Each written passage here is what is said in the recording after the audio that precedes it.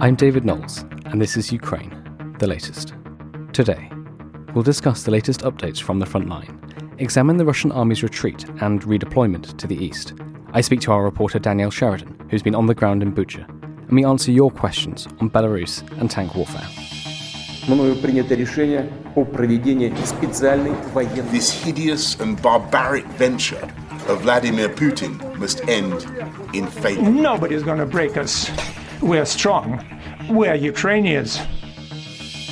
Every weekday afternoon, I sit down with leading journalists from the Telegraph's London newsroom and our teams reporting on the ground to bring you the latest news and analysis on the war in Ukraine. It's April 5th, day 41. And today I'm joined by Dominic Nichols, the Telegraph's Defence and Security Editor, and Venetia Rainey, our Assistant Foreign Editor. Just a warning that today's episode, like yesterday's, will cover events that some listeners might find distressing. I started by asking Venetia to comment on the shifting front lines in the north and east of Ukraine. What we've seen is Russia really pulling back from the areas around Kiev, and that was a process that had started to happen at the end of last week, but has now been basically completed. You know, when you look at maps, there is no real Russian presence there apart from right around the border, where they're defending the border into Belarus, and that is pretty significant. Obviously, there's been lots of reporting around what we've been seeing in the wake of the Russian retreat in towns such as Bucha, which we'll be talking about later, I'm sure.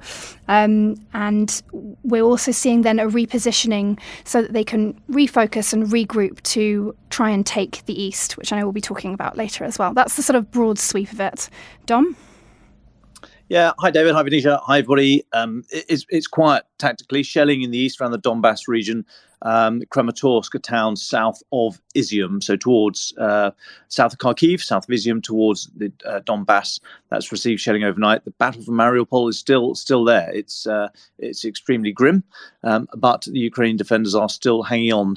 However, I think that will be the next big story after Bucha. But yes, fairly quiet as Russia tries to do this activity of reconstitution, which we'll talk about in a moment. So can we focus on this? So Venetia, as you said, they've pulled away from Kyiv. What are they?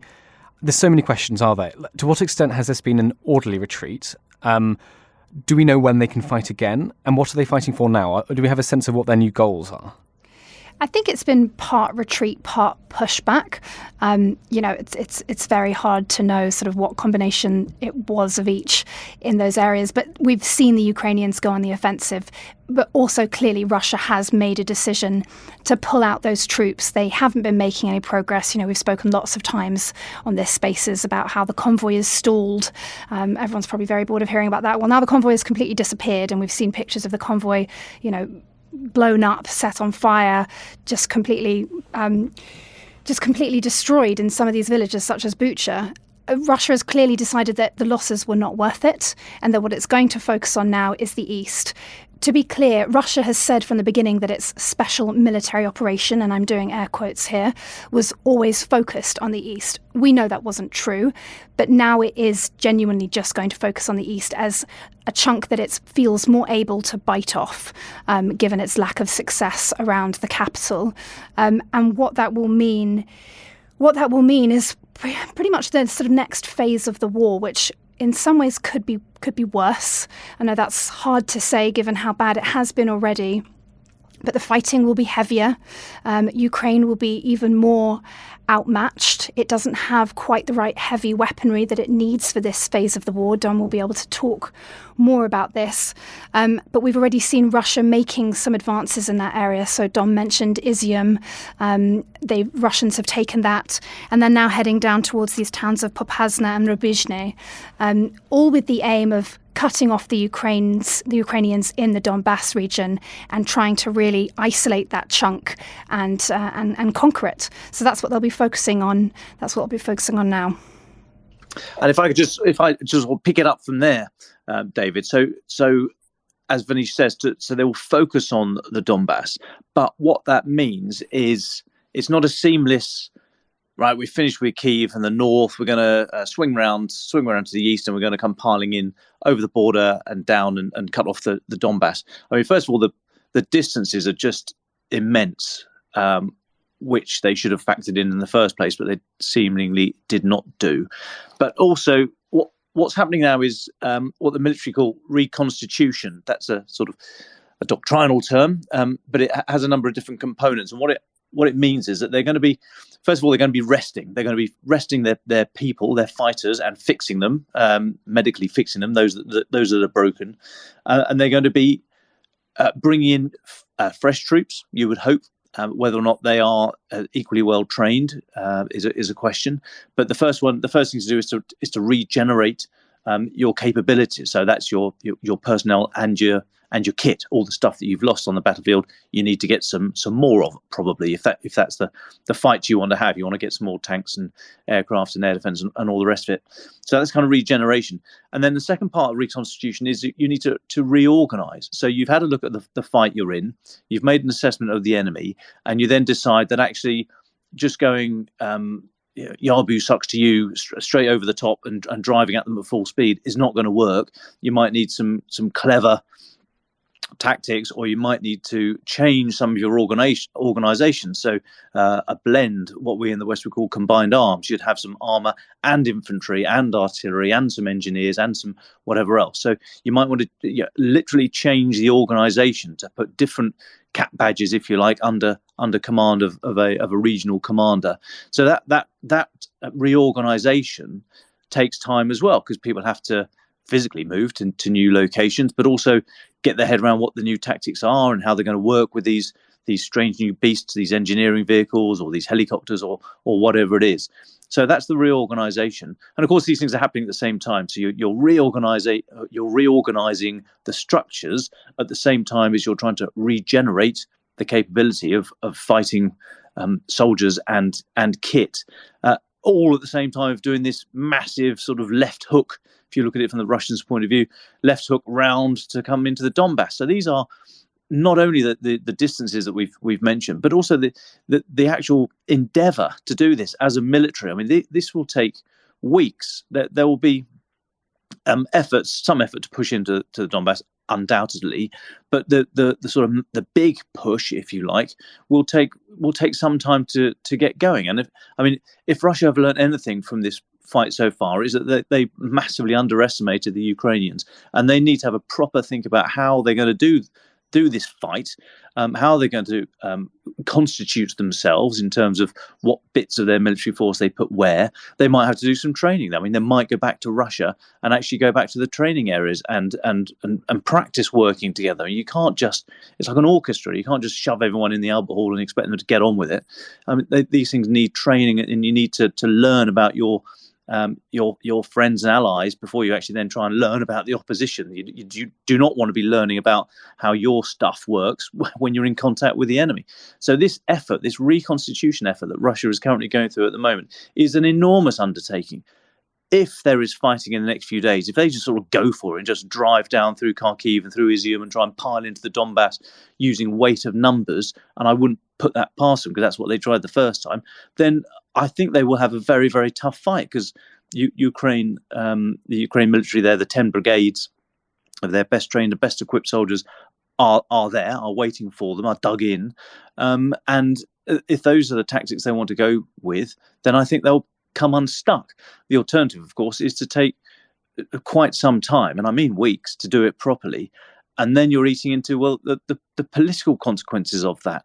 So this is a really dodgy time now for Russia. Just saying that they're going to preserve their fighting power and come back and fight another day down in the Donbass is all fine, is all well and good, but it takes a huge amount out of a military force to do that, and there is political cost in the delay. So it'd be really interesting to watch.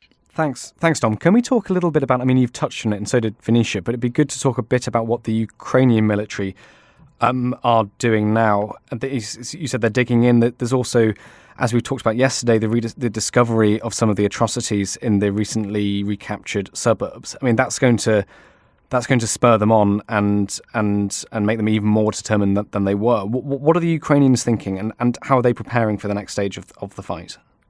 Well, I'd be very wary about offering or suggesting what the Ukrainians are thinking from my comfortable place back here in London. I will allow them to. We'll try and get some more of them on, actually. It was great to speak to the Ukrainian MP a couple of weeks ago. We should get more voices directly from the ground. But I think that as there's this lull at the moment, the focus will turn to the atrocities that we saw in Bucha, and we've seen a lot of pushback on that. Diplomats have been expelled, which does matter. I mean, this is important. But Sweden pushed 3 out, Denmark 15, Italy 30, France and Germany also pushed them out for spying. Russia said this is a very short-sighted move, and said that this is the wrong thing to do at this time of crisis. I mean, it's as if they're talking about an oil spill when they're saying that further complicate our communication, which is necessary to find a solution. As if like, well, guys, you started this war. This is crazy. So the focus is going on to the diplomatic front. There's a lot of debates now. Well, no, debate's wrong. Russia have challenged the evidence that's been provided by Human Rights Watch and other platforms, social media, open source social media, for example, satellite imagery of the mass graves. Russia say they will present evidence this afternoon to the UN Security Council, saying that no, those when they left Bucha, there'd been no civilian atrocities. So we're now into the diplomatic manoeuvring around the information war. And this is why I wrote in a piece the other day, I said we individually need to arm ourselves with what we consider to be the most likely, the closest version to the truth that we can get. And as I said, I think Human Rights Watch is the good one to go to here. OSCE, Organisation for Security and Cooperation in Europe, as well, because it's going to come down to this muddy disinformation battle where Russia deny, deflect and discredit any information that's put up in front of them. So a lot of moves on the diplomatic front, which there's more to talk about there. But yes, the focus at the moment is on these atrocities that we've seen in Bucha, and I think we're going to see elsewhere. Just to jump in there, one of the things that's been very interesting to see is how satellite images have been used to document what Russia's been doing in this conflict. And it can be quite incontrovertible evidence. We saw the Mariupol theatre, for example, with the words child written out on the front of the back of the building, and we saw how badly it had been destroyed. And we've seen in Bucha how bodies appeared during the course of the Russian occupation, which just makes it impossible for Russia to deny that these things didn't happen while they were there. This is the sort of evidence that people are already starting to collect for war crimes prosecutions. And I think this is the first major conflict where satellite imagery has really been able to be used like this. One of the companies that you probably see quite a lot in picture caption credits is Maxar Technologies. They provide almost daily satellite updates. They provided a lot of pictures of the convoy, for example, that helped us to track that the convoy's movements, and they've been providing pictures of very, very detailed pictures of Bucha, and you can see these bodies appearing over the course of a couple of days while the Russians were there. It's hard to argue with this evidence, no matter what the Kremlin would like to think. Let's talk a bit further about, more of the details of these atrocities and what happened in Bucha have come out. Venetia, we published incredibly moving and an awful thing to read, really, about what it was like being trapped in the town for a month from a survivor, a man called Vladislav Kozlovsky. He was a sommelier in Kyiv before the war and talks about the horrors of being trapped in the town. Would you tell us a little bit about this piece? What does Vladislav say? Yes, this is one of a few first-person pieces that's in the Telegraph today, and he. It's awful reading. He talks about, the Russians coming in and rounding people up, checking their IDs, frisking them, robbing them of things, taking everything they owned. And anyone who had any kind of suggestion, either in, their ID or some kind of tattoo or their clothing that suggested that they were aligned with the Ukrainian military in some sort of way or the resistance, they were just shot in the back of the head or in the chest. And that aligns with the evidence that we're seeing in terms of pictures coming out of Bucha these last few days. People with their hands tied behind their back who've been shot at close range. So he talks a lot about that. And we also carry another first-person piece talking about a woman who managed to flee, and also it's the same sort of stories about people's IDs being checked, and if it has anything suspicious. What she talks about, someone who had an ID from 2005 which said he was an advisor to the president, and he was shot on the spot as well. Lots of stories of civilians trying to flee and being shot while they were doing so. Cars with child written on the side, cars with white cloth to mark them out as civilians, that with blood inside. Sometimes the body's there, sometimes not. We've also heard from a family that managed to escape from somewhere near Bucha that was part of a convoy of 12 cars that was fired upon while they were driving along the road. And this man has told us that he saw his father and his wife being killed in the car with him, managed to drive his 8-year-old son to a hospital quickly enough, but his father and wife were dead. I mean, these are horrific stories of Russians just callously, openly targeting civilians. And we've spoken about it before, but the sort of dehumanizing language of accusing all Ukrainians of being Nazis is surely playing a role. But other than that, it's hard to explain how an army can commit these sorts of atrocities in such cold blood. Well, I can't add to it. If I may, I'll just reiterate what I said yesterday for those that hadn't joined us then. I mean, this is not normal. We should not consider this normal. This is not what just happens in war. This doesn't happen in every war. Most militaries, most of the time, do put a lot of effort up to and including stymieing their own activities or halting operations to not put themselves in these positions, to protect civilians and not allow the gift to the opposition of being accused of these sorts of things. So we're not just seeing this, as I said yesterday, we're not just seeing this because there's smartphones everywhere and there's satellites and what have you. This is unusual and needs to be treated as such and needs to be investigated. It is being investigated. France today has opened the anti-terrorist prosecutor in France has opened 3 investigations into incidents against French citizens in the country. So I mean, these efforts are happening. It's a tough uphill battle. We look at Nuremberg and the International Criminal Tribunal for the former Yugoslavia. I mean, these take a long time to bring people to account, and it is a tough battle. But the alternative is just to accept it, and it is not acceptable. And I haven't heard anyone suggesting that we just accept it. Just to reiterate the point that it has to happen. This effort has to happen. It has to start somewhere. And this is not normal activity. The Russian army, elements of it, up the chain to the leadership and the political leadership, have inculcated a culture where this can happen and is happening, and that is not normal. We should not just accept it. If there's incontrovertible proof, then there may well be some line from Russia saying, well, okay, bad apples, we'll get rid of them. We've all got them, and then they'll immediately spin it onto Iraq and the problems that the coalition forces had there and Abu Ghraib and what have you. That's what Russia does. It deflects, as I say. But this looks systemic, which speaks of the moral vacuum at the core of the Russian military, and it is not normal. We should never allow ourselves to think that this is just what happens in war when you're amongst the people, amongst the civilian population, when you're throwing heavy metal around. This is bound to happen. No, it's not. No, it's not bound to happen. This is the Russian army we're seeing here, not a normal army. It's one thing looking at photos and satellite images of the atrocities in Bucha, knowing that in a small city to the north of Kyiv, civilians were tied up, shot in the head, and left in the street. It's a very different thing to see the place for yourself. Yesterday, I spoke to Danielle Sheridan, the Telegraph's defence and political correspondent, who visited Bucha.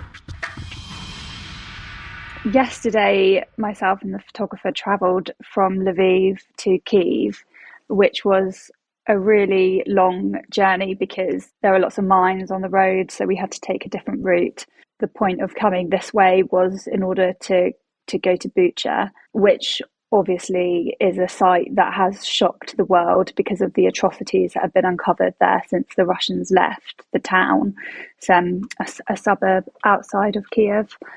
I'm sure when I'm saying this, everyone's seen the images of the bodies in the street. Just the sheer destruction and the way buildings have been devastated. And basically that's exactly what we saw today. It was an odd situation to be in because there are lots of unexploded improvised devices and there's mines, so you have to be very careful when you're going there. As such, I mean, the majority of civilians have fled anyway. Those that are still there, I think, aren't exactly going out for strolls. There are still bodies on the side of streets, bodies of Russian soldiers we saw beside tanks. Ukrainian bodies, the authorities have done kind of what they can so far to cover them in plastic sheets, but you still see their feet sticking out of the sheets and whatnot, so it's pretty it's not a very nice sight. We were also taken to a mass grave, not the kind of grave that the Russians dug to hide their crimes, but actually a grave that the priest from a church orchestrated being dug in the kind of backgrounds of his parish to give people a place to be laid to rest, because there's no room in the morgue now. That's how many deaths there've been, that they're running out of space to actually store these bodies, so they're now literally digging trenches in the ground and just storing bodies on top of each other, coupled with the destruction, I mean the sheer devastation really of the town. Buildings just torched, homes torched. It's just a terrible sight. The only people you really see wandering the streets there at the moment are the odd civilian, and it's strange because you can see evidence of how uninhabited it was, a month ago. There's billboards up, and I saw a sign for like a local Pilates class, and there's coffee shops, and there was like the remnants of coffee shops. So it's this strange thing where you see, like, obviously what was a community, and now it's just kind of a blackened shell of what it once was. And did you manage to talk to many of the locals or the military? And if so, what did they tell you? So I did end up speaking to one guy called Sasha. He was a 61-year-old who'd come down to the grave to pay respects. Are you a family member of someone here? And he said, well, they're all my family because we're a community, and these are my neighbours, the friends of my neighbours. And then he said, Russia, people say that Ukrainians and Russians, we were brothers. They're not our brothers. They've destroyed us, but they won't win. When this finishes, Ukraine will come out on top. So it was kind of like this rhetoric of sadness that culminated in him demanding that Ukraine win this fight. We also drove to a residential village, and we encountered this guy who'd come back to see if any of his possessions were still intact that he could retrieve, and he was there with a friend, and he was just explaining that his house was over the road, and he pointed at a house that all the windows on each house down the street were blown out, but I mean his house was just a shell basically. He said that the house had been shelled, so then they moved their belongings into the basement of their neighbours opposite the street because of it seemed to be receiving less of the shelling, and then they'd had to make a run for it when soldiers basically took over. And he was just saying, we worked our whole life. It's been our pride and joy. We raised our family here. We had nice lives, and now all of it's gone. Literally in his hand, he had 3 bags, which is what the belongings he'd been able to retrieve, which is probably a lot more than some people have, full stop. The soldiers that we were with that were showing us around, they were just, as you can imagine, very critical about the Russians' behaviour. Down the street, there was a banner from one house that said, "Hear children," in Russian, and they still targeted the house. So the soldiers kind of were talking about like the disregard that they have had for children throughout this. And then also just talking about their behaviour in general, like there are loads of empty alcohol bottles in pretty much like every area that the Russians had been. And they were just saying, they just drink, they steal, they've looted, they've raped women. Like, their behaviour has just been barbaric. And so the Ukrainians were, just extremely, extremely critical of it. So would you say from the conversations you've had with the military that this barbarity hasn't affected their morale, really? If anything, they're more determined to win than they would have been? I mean, that what you've just said, like, about affecting morale, that's something I have heard throughout my time in Ukraine so far, having spoken to, various kind of politicians in Lviv, to soldiers on the ground here. And it's almost like the more abhorrent the behaviour of the Russians becomes, the more it simply seems to unite Ukrainians.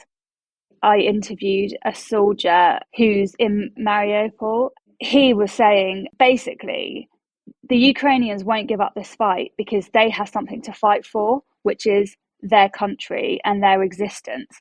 But the Russians don't have anything to fight for. They've come into this blindly. They don't have an objective to achieve, whereas the Ukrainians do. And they have their very existence that needs to be preserved. And so he just said, like, we will never give in to them because we believe so much in the cause that we're fighting for. You mentioned earlier when you were going through Bucha that what struck you was the sort of potentially the other things, so the presence of quite a few dogs and the silence. Is it hard doing this sort of reporting, and how do you sort of get through it? It isn't pleasant. I've read books about people that like thrive on war reporting. They kind of get like adrenaline hit from it, and I certainly don't. I don't particularly like aggression. I don't like seeing bloodied bodies. I don't like watching programs on TV about that kind of stuff. So but I think that war is important and crime should be documented, and therefore I'm interested in reporting on it.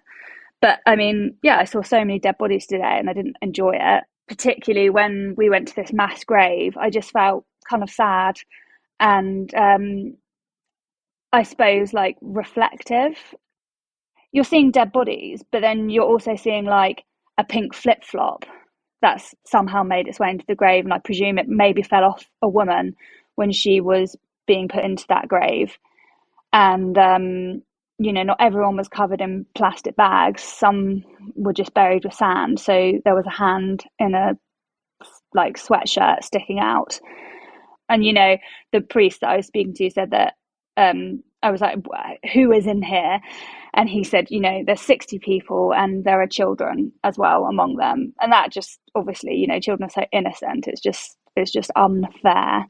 So, from a personal point of view, it's sad. And I just want to be respectful as well, because I'm staring down on people's graves. Like, even if it's not the grave that their family will want permanently, you still must show respect to where their final place of rest currently is. It's not very nice, no. The destruction and the aftermath of what's coming out in where I've been today is probably just going to be repeated throughout the country. Someone tweeted it today that God knows what the destruction will be like in Mariupol when the Russians finally leave. That's if they do if they do get pushed out, who knows what's, obviously we all hope that they do, but being realistic, like, who knows what's going to happen. What we've seen over the weekend has basically like reverberated across the world. It's shocked everyone, and it's probably only the tip of the iceberg.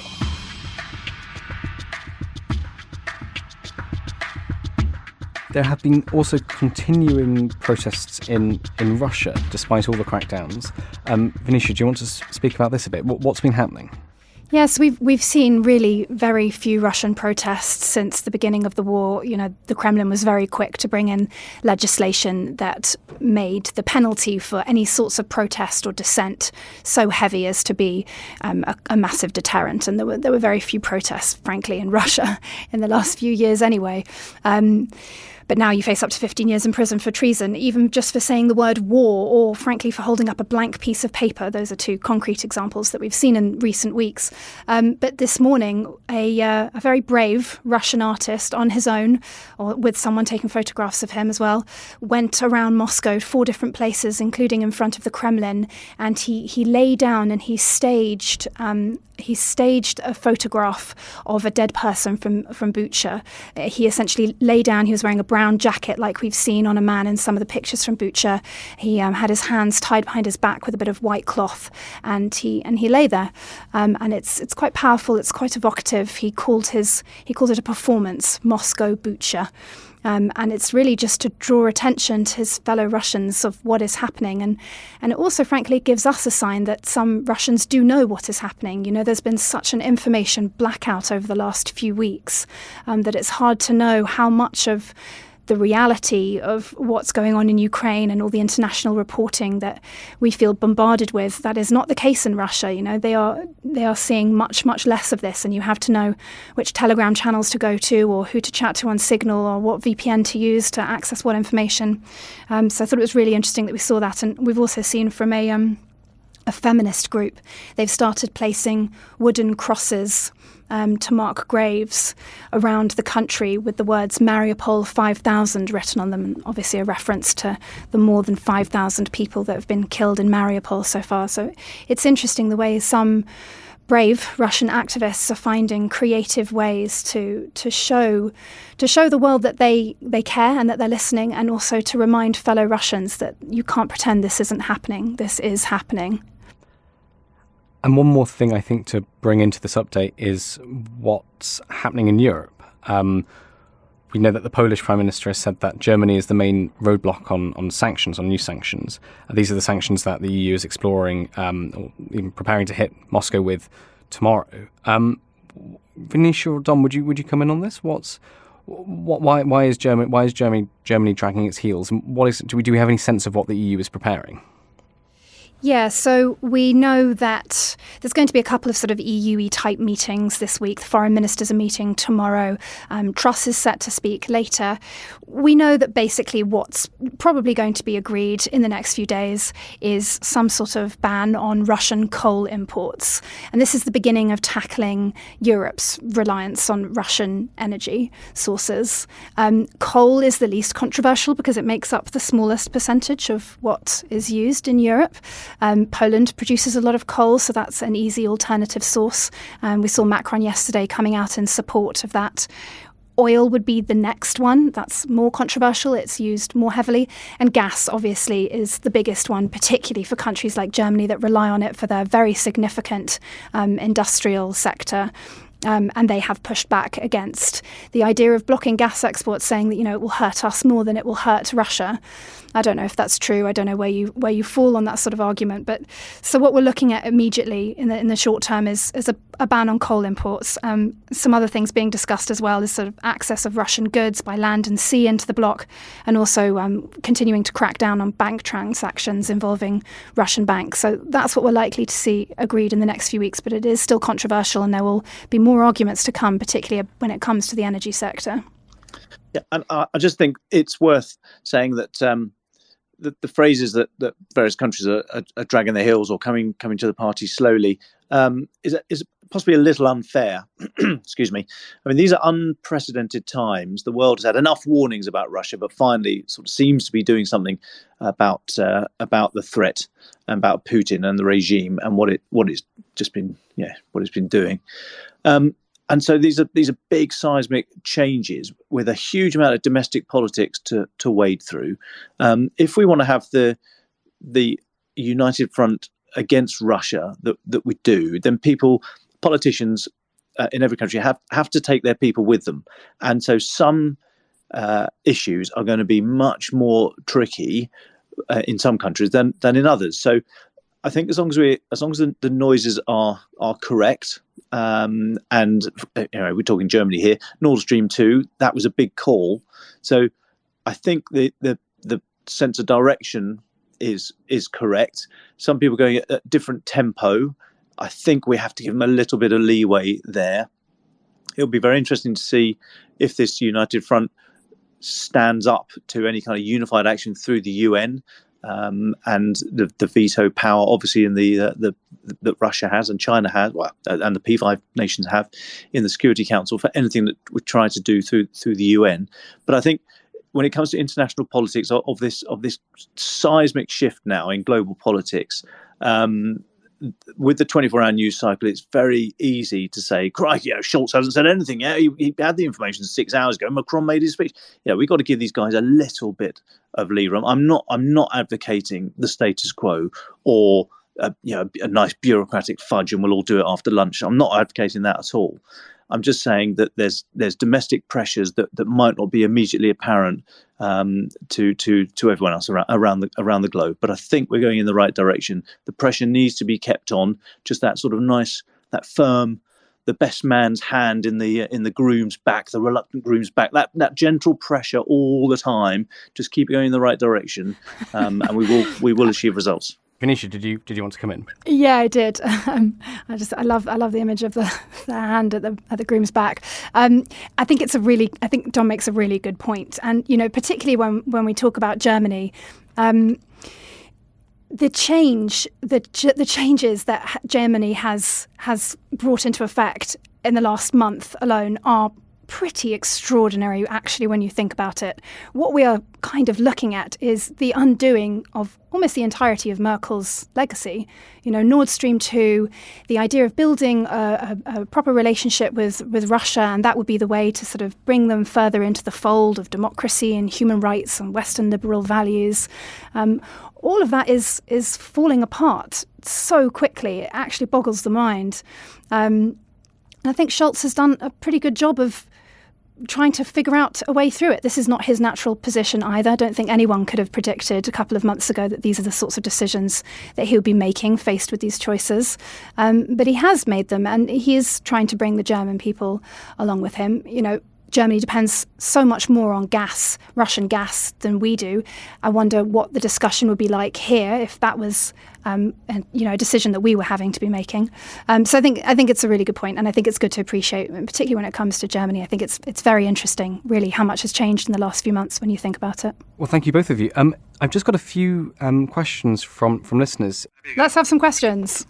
I've just got two. I think one probably Dom's lined up for better. And I think this is it's a tactical question, but I think speaks to something we've been seeing across the war. The question is, what's the cost of a tank versus the cost of a tank killing rocket or missile? So I think what the questioner is getting at here is in a way, how much is both sides losing? If Russia, we've seen so many tanks and armoured vehicles knocked out, and to what extent, from a supply point of view, is that far worse than, or far more costly than using up lots of tank-killing rockets?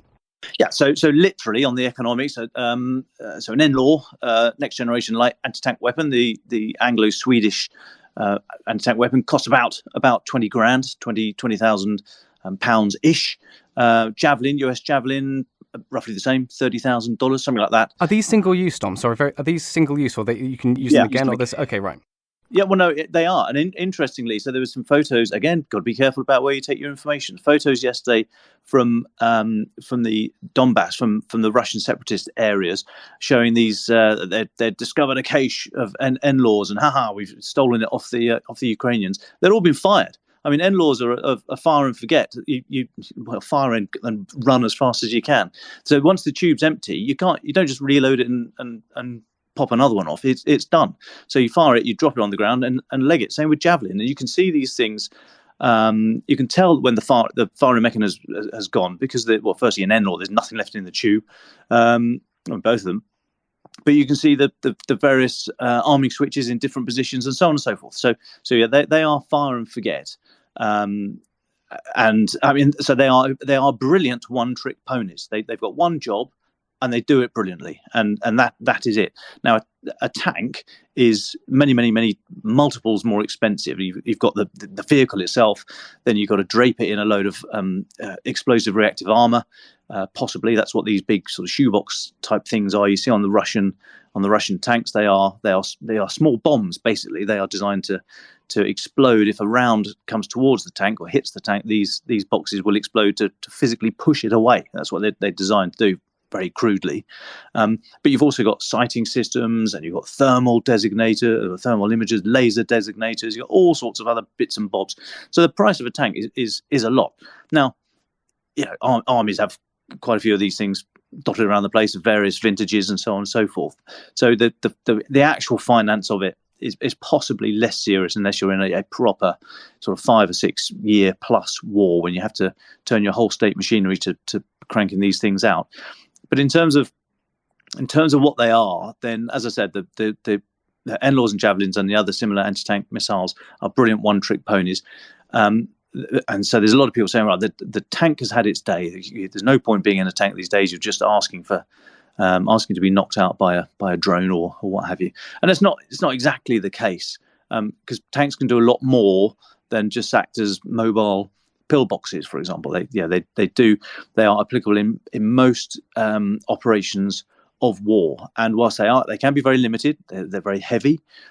So there's only the main armor is only at the front. If you imagine that you're standing on the top of a tank turret, and you hold your arms out in front of you at a roughly 60-degree angle, so from sort of 10 o'clock through to 2 o'clock, that sort of thing, that's where the armor is, on the turret and on the front of the vehicle, and the sides of the vehicle, but only at the very front, because that's the bit that you generally charge at the enemy. So the side, the rear, the sides, the belly, and the top, the back of the turret is very, very vulnerable, and that's why Javelin and NLAW fly over it and fire down, or off-route anti-tank mines are buried and blast up through the belly, because the steel plate there is only a couple of inches thick.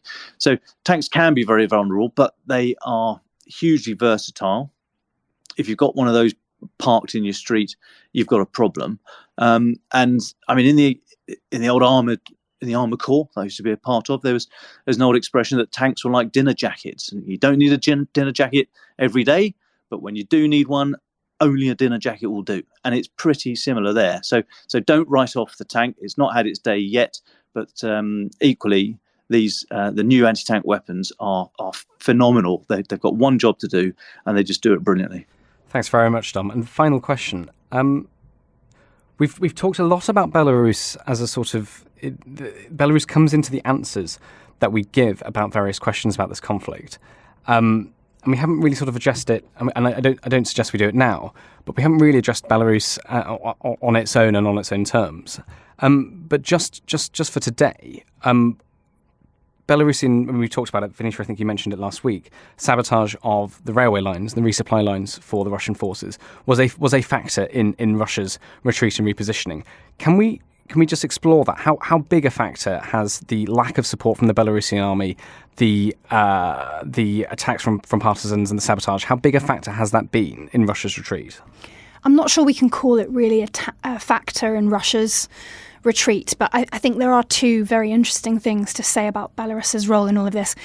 With maybe three. I mean, one, Lukashenko is essentially Putin's puppet now.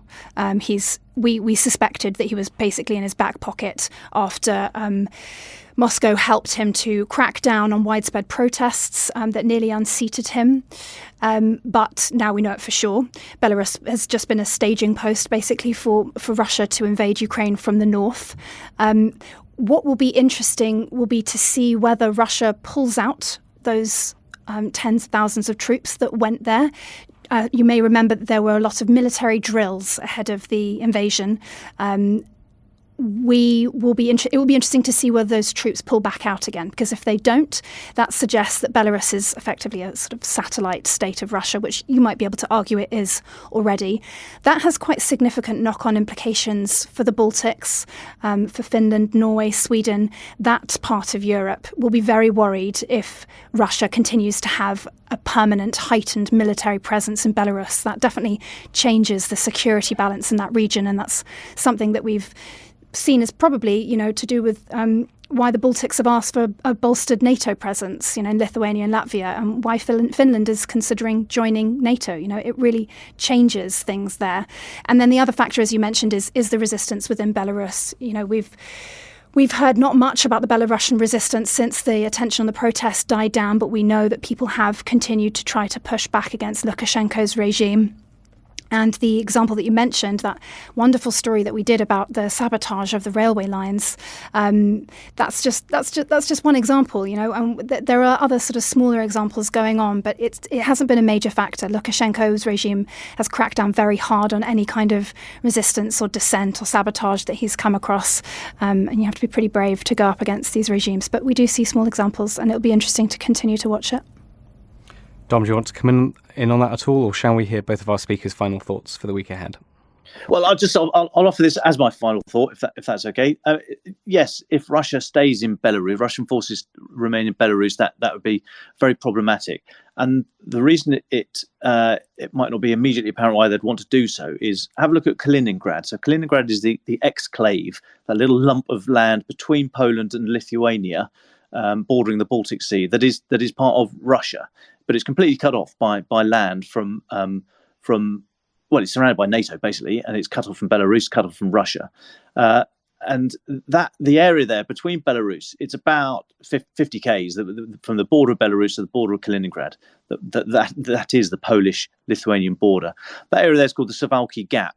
Apologies for my pronunciation, but the Suwałki Gap, and that area is always thought to be very vulnerable. If there was ever a flare-up between Russia and NATO that would inevitably, or seemingly now inevitably, involve Belarus, that area would come under incredible pressure, because that's the only way that Kaliningrad could be reinforced by road. So if Russian forces remain in Belarus, it'd be really interesting to see if they position themselves to the west and the northwest of the country, over near the Suwałki Gap, around there, to the west of Minsk.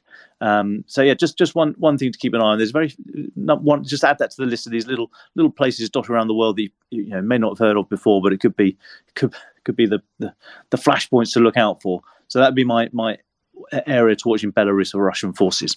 Thanks. Venetia, would you like the final word for today? I think just for the week ahead, it will be key to watch what starts to come out of Mariupol, which I know we've been saying is on the verge of falling for a while now, but I think might actually be on the verge of falling now. And it'll be interesting to see what happens there. We already saw a pro-Russian party staging a mayoral election, so they're already starting to sort of do some of the institutional stuff that they like to do to paper over their occupation. And to keep an eye on the east, because things could move quite quickly there. The Ukrainian army is tired as well. It's been a long few weeks of fighting for both sides, and it'll be interesting to see what happens there and how things change in the coming week.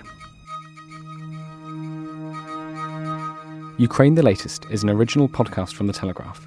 To stay on top of all of our Ukraine news, analysis and dispatches from the ground, subscribe to The Telegraph.